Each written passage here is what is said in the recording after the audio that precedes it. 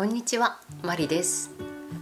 年末年始はたくさんお料理をして食べきれなかったものは冷凍してあります。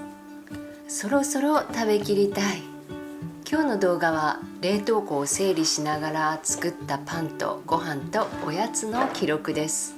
それから長い間どうにかしたいと思いながら手をつけられずにいたキッチンのゴミ箱問題を解決します。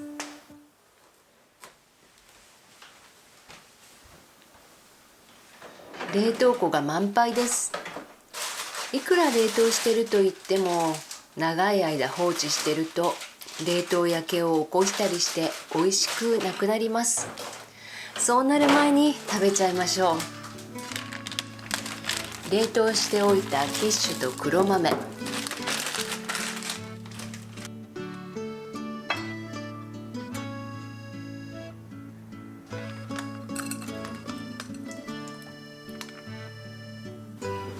まずはこれからいきましょうか。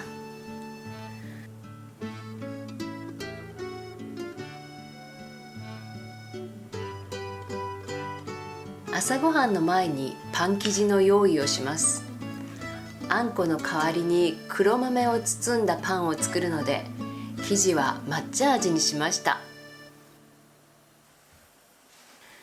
ストーブの上でほんのり温めておいたお水、人肌ぐらいに温まってパン作りの仕込み水にちょうどいい温度です。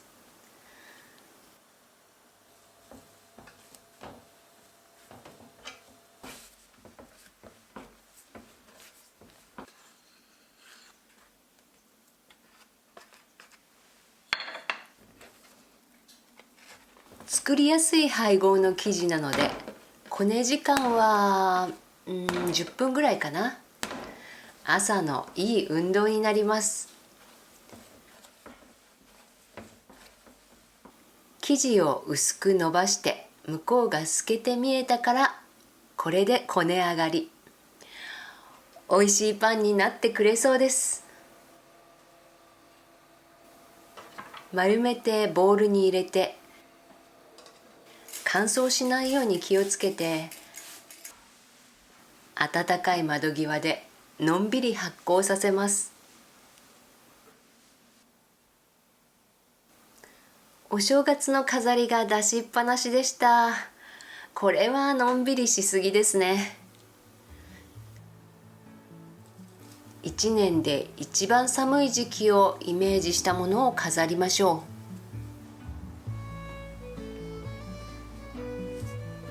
う。雪だるま、そしてバレンタインデーが近いからハートを添えてみました。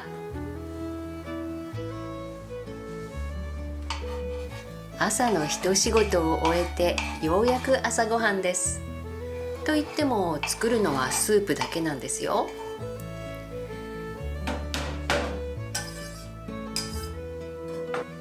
メインは冷凍しておいたキッシュを温めました。いただきます。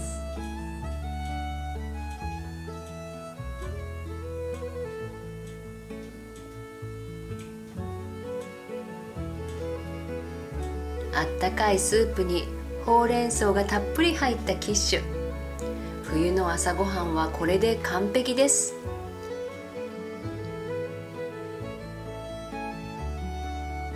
お腹の中から温まりました。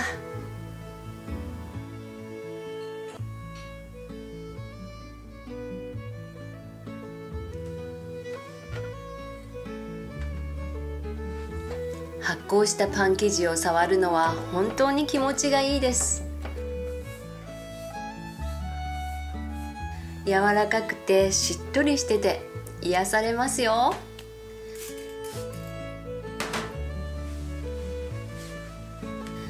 パン作りを始めたきっかけは娘の一言でした。パンが大好きで毎日パンを買ってきては食べてる私を見て、娘がぽつりっと「そんなに好きなら自分で作ってみたら?」って言ったんです。その一言でああ、そうか、パンって自分で作れるのかって気づいたんです。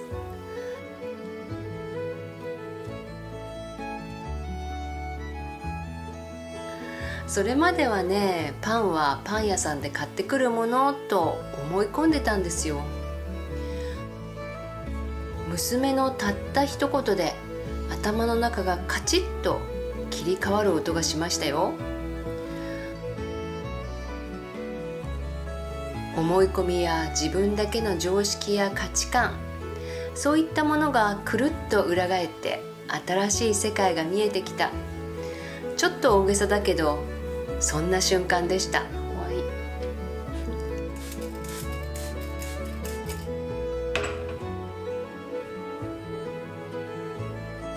小さかったパンが発酵するとこんなに膨らむ。自然の力は偉大ですね。大きなオーブンではなくトースターで焼いてみることにしました。新しいトースターを買ってからこれでパンを焼いてみたいって思ってたんです。上手に焼けるかな。今までやったことのない新しいことをするのはワクワクしますね。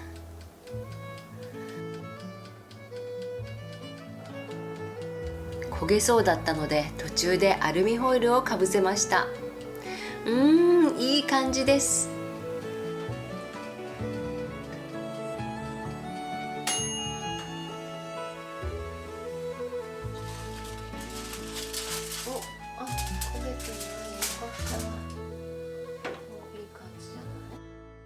ふっくらのちぎりパンが焼けました。美味しそうです。美味しそう。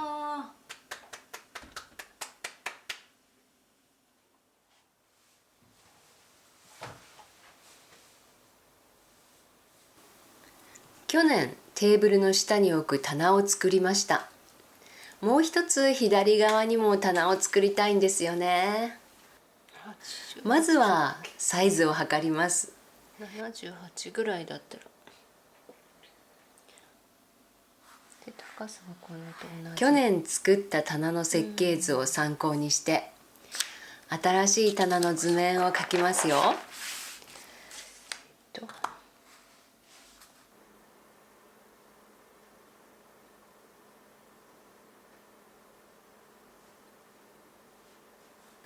外枠は決まったけど、棚板の位置はどうしましょうね。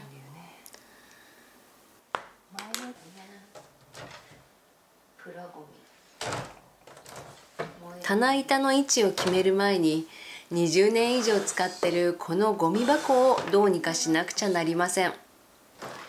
古いっていうこともあるんですけどね。一番の問題は今の暮らしにこのゴミ箱のサイズが合ってないことです。私が暮らしている町ではゴミの回収は有料です。指定のゴミ袋を購入してそれに入れないと回収してくれません。プラスチック用のゴミ袋はこの大きさを使ってます。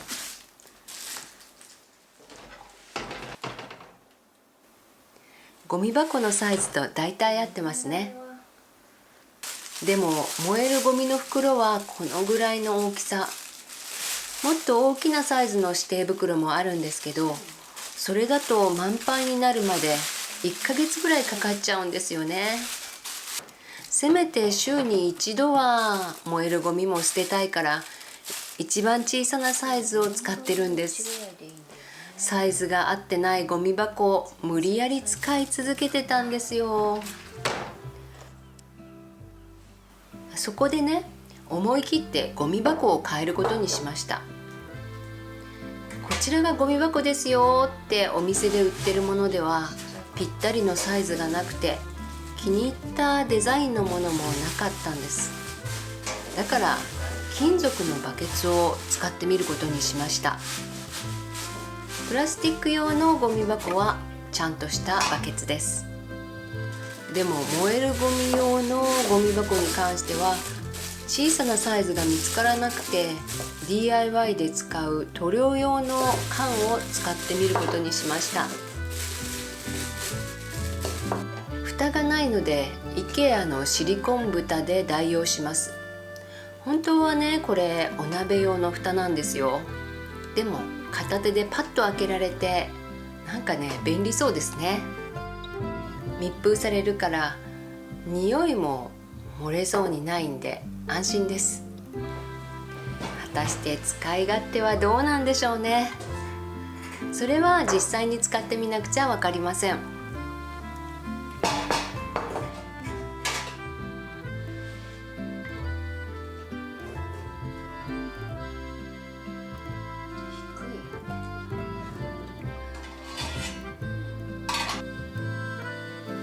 でも燃える用のゴミ箱には生ゴミも入れるから、もしかしたらシンクの近くの方がいいかもしれませんね。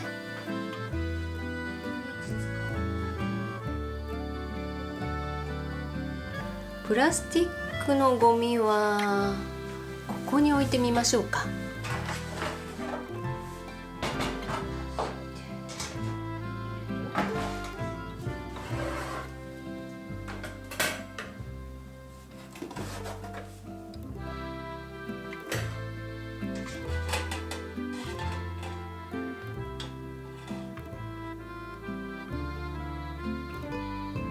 そうなると新しい棚に収納するものはこれですかね。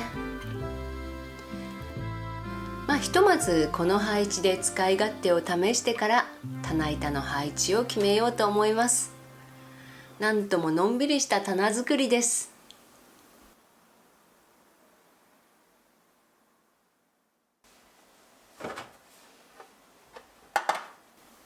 お昼ご飯にしましょう。せいろ蒸しの食事は我が家の冬の定番です。せいろに野菜と鶏肉を並べて、冷凍しておいた伊達巻きも一緒に蒸しちゃいましょう。もちろんこれはねおせち料理の残りですよ。冷凍しておいたのを忘れそうになってました。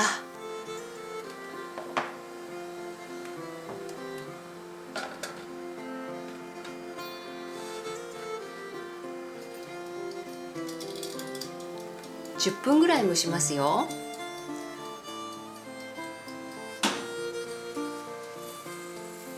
蒸してる間にタレを作りましょう。白ごまをしっかりすりますよ。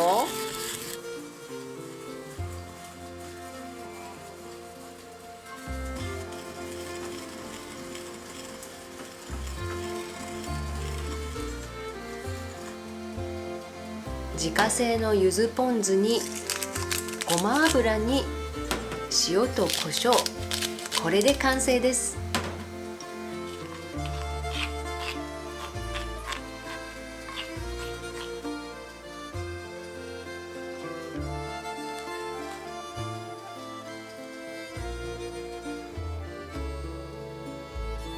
冬はやっぱり湯気の上がる食事がいいですね。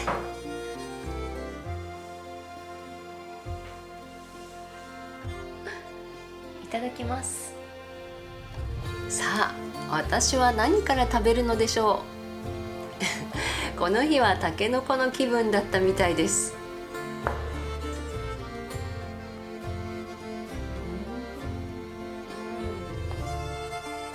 タレをちょこっとつけていただきます。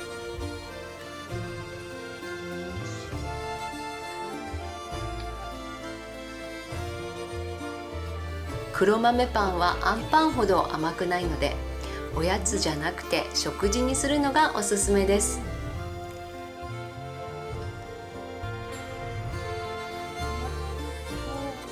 蒸して温めた伊達巻きの美味しさは新たな発見でした。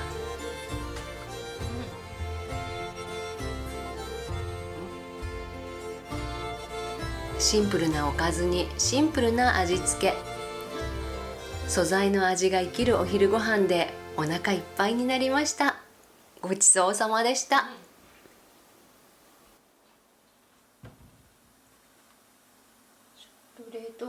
紅玉りんごが手に入ったのでアップルパイを作ることにしました。紅玉もお高いですからね。ピーラーを使ってできるだけ皮を薄く剥いてます。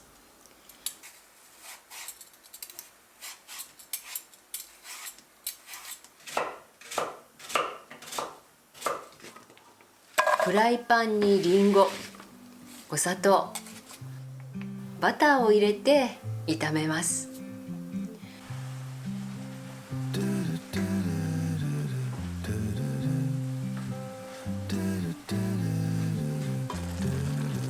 フライパンにいっぱいだったりんごが半分ぐらいにかさが減りました。煮詰めて甘みを凝縮させます。そうそう、クリスマスのシュトーレンの材料が残ってました。ラムレーズンも入れてみましょう。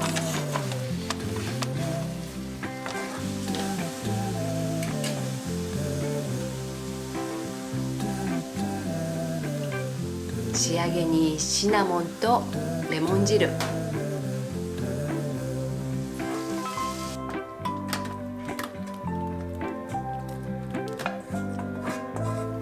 美味しそうなリンゴのソテーができました。つまみ食いしたいけど我慢です。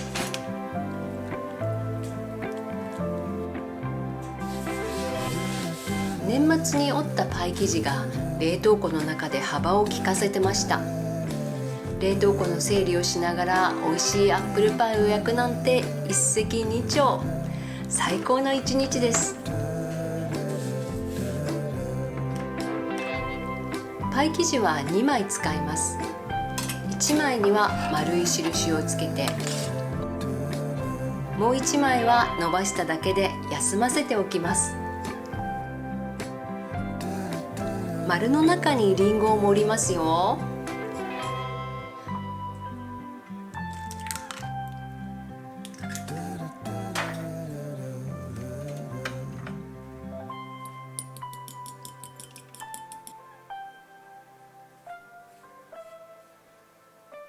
縁に卵を塗って休ませておいたパイ生地をかぶせます。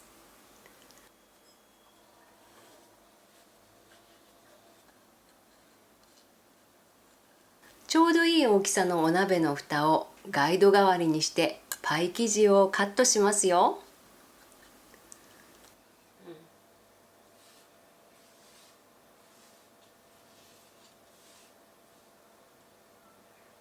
卵を塗ってさあオーブンに入れるのかなと思ったら、キッチンから出ていきますね。冷蔵庫に入れる代わりに寒い階段に置いて冷やします。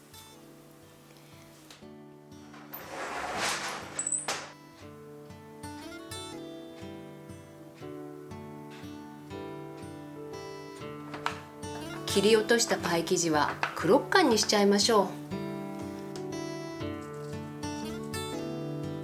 パイ生地にお砂糖とナッツをまぶしてオーブンで焼くだけで美味しいおやつができますよ。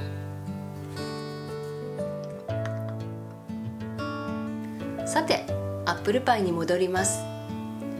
もう一度卵を塗って、1月だからガレット・デ・ロワ風にしてみましょうか。縁にギザギザの模様を入れるのはパイ生地が開かないようにするためでもあるんです。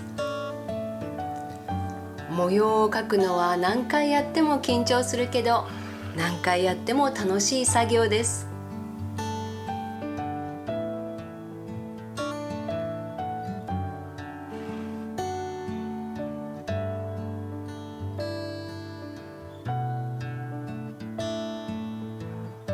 月桂樹の葉は勝利を意味する伝統的な模様ですよ。ここに麦の方を描いちゃおうかな。これは私が勝手にアレンジした模様です。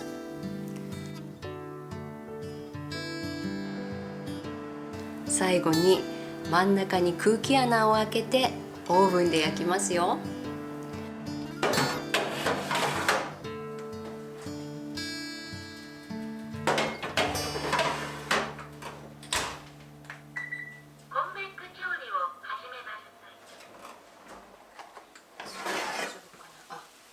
もういい。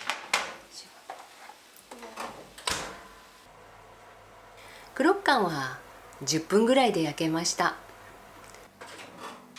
アップルパイは30分しっかり焼きました。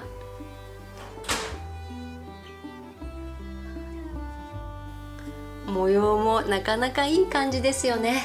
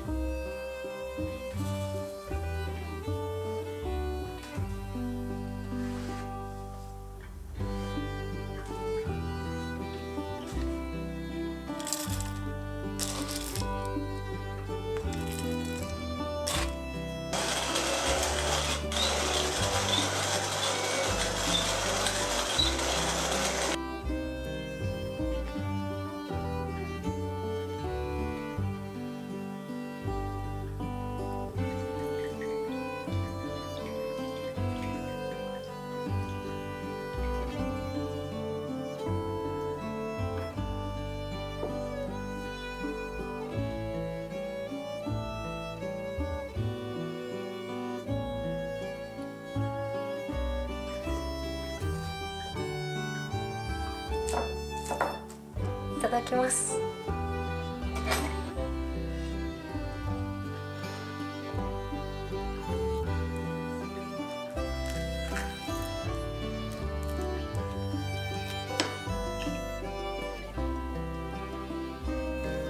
深入りのコーヒーを入れて3時のおやつに食べました。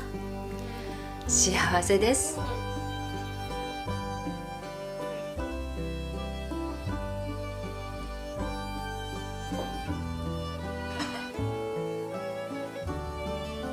長い動画を最後まで見てくださってありがとうございました。それでは次回の動画でまたお目にかかりましょう。